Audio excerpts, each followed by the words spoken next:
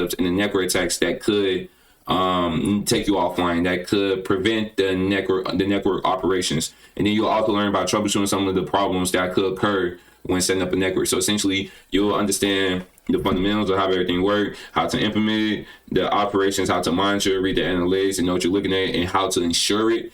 Then you'll have the network security. So then you can actually put the concepts to operations, but also learn about the vulnerabilities that could occur from the network. And then also you'll learn how to troubleshoot them as well. So good deal. Security plus, it get a little bit more in depth as you process or as you proceed down this list and rankings. It get a little bit more difficult, not necessarily difficult as far as the test that's at hand per se, but the amount of information and the technical level of the information. Like, you gotta be at this particular level to technical level to understand what is being asked, and you can't skip not knowing A plus then just going straight into Security plus. I mean, I'm pretty sure you can, but you're gonna have a hole. Attacks, threats, and vulnerabilities. More threats, attacks, and vulnerabilities from newer custom devices that must be mitigated, such as Internet of Things and embedded devices, newer DDoS attacks, social engineering attacks based on current events. Okay, that's right, but we'll talk about that in a second. Architecture and design, enterprise environment, and reliance on the cloud, which is growing quickly as the organization transitions to hybrid networks. Implementation, administrating identity access management, PKI, basic cryptology, wireless and end-to-end security, operation incidents response, organizational security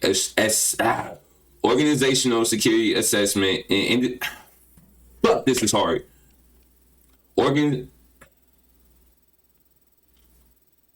Organizational security assessment and incident response procedures, such as basic threat detection, risk mitigation techniques, security control, and basic data forensics, governance, risk, enterprise environment, and reliance on the cloud, which is growing quickly as the organization transitions to hybrid networks. Implementation, administrating identity access management, PKI, basic cryptology, wireless and end-to-end organizational security assessment and incident response procedures, such as basic threat detection, risk mitigation techniques, security control, and basic data forensics, governance, risk, and compliance, organization risk management and compliance with the regulations such as PCI DSS, SOC, HIPAA, GDPR, NIST, and CCPA. Okay, now let's go over a couple of these now that I struggled through reading this but got it done. For the attack, threats, and vulnerabilities, some of the attacks and threats and vulnerabilities that you may see that they listed, like a DDoS, which is a distributed denial of service attack, which is basically you're knocking a network offline. You're basically preventing them from continuing the services that they're providing and just basically just exploiting a network. IoT is the Internet of Things device, which have low security posture. They don't really care about updates or security, and it's more just a device that can connect to the internet. Architecture and design, enterprise environments on cloud, which is a hybrid environment where you'll have both cloud and on-prem devices. So you'll learn about that as well. You'll learn about cryptology, wireless and end-to-end security, like encryption and stuff like that. You'll also learn about incident reporting, like disaster recovery, mitigating, and just basic data forensics. And then you learn about like the compliance-based things like PCI DSS, which is like the payment card industry. Essentially, it's a compliance-based assessment that has to be conducted if it's an organization that receives like data transactions, or I'm sorry, debit transaction, or any type of card information. Because within that compliance, they'll have to follow a certain amount of things. Then you got like NIST, which is like the National Institute, SSS, which is like the payment card industry. Essentially, it's a compliance-based assessment that has to be conducted if it's an organization that receives like data transactions, or I'm sorry, debit transaction, or any type of card information. Because within that compliance, they'll have to follow a certain amount of things. And then we have pen test. Pen test is the certification that consists of penetration testing. It proves certified professions professionals have the utmost up-to-date penetration and vulnerability assessment skills. What skills would you learn? You'll learn by planning and scoping, information gathering, and the vulnerability scanning. Attacks and exploits, you'll learn about reporting and communications, tools, and code.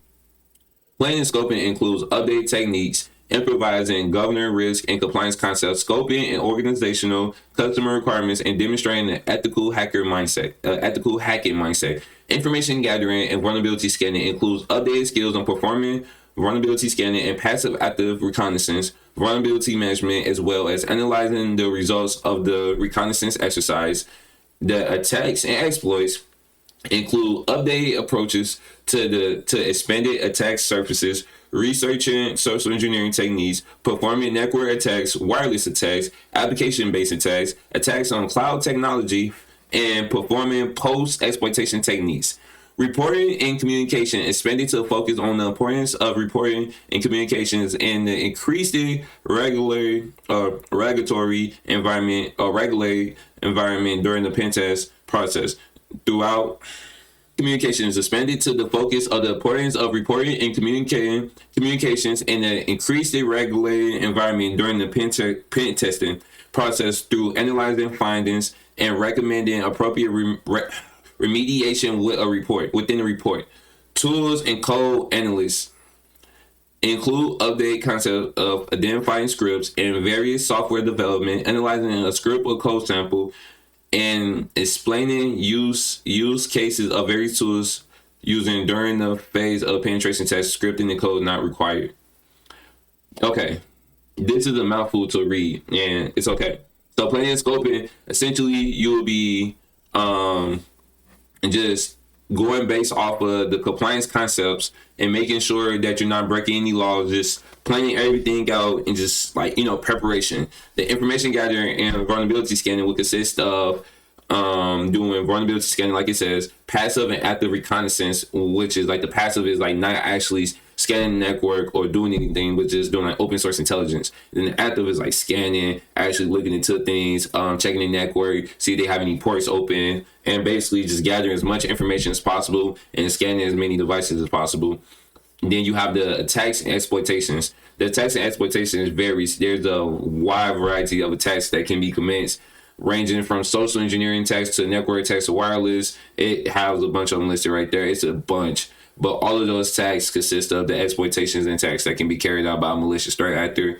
Then you have the reporting and communications. It's important to report and communicate if anything happened, like a prior compromise, you find anything that could just be alarming or just necessary for the appropriate escalation, then that will be the next step in your pen test. And then finally, it'll be analyzing everything, getting the final report, and just making sure you have all your documentations for the reporting of the final pen test overview.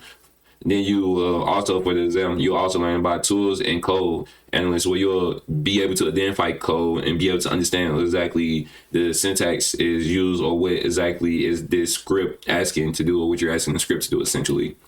That's pretty much covers everything that you will have as an overview for the Pentest Plus exam. And just to go back to use that reference, we reviewed the ITF, which is the IT Fundamentals exam. We reviewed the A+, Net Plus, Security Plus, and Pentest Plus. In my opinion, like I said before, I feel like these are the most common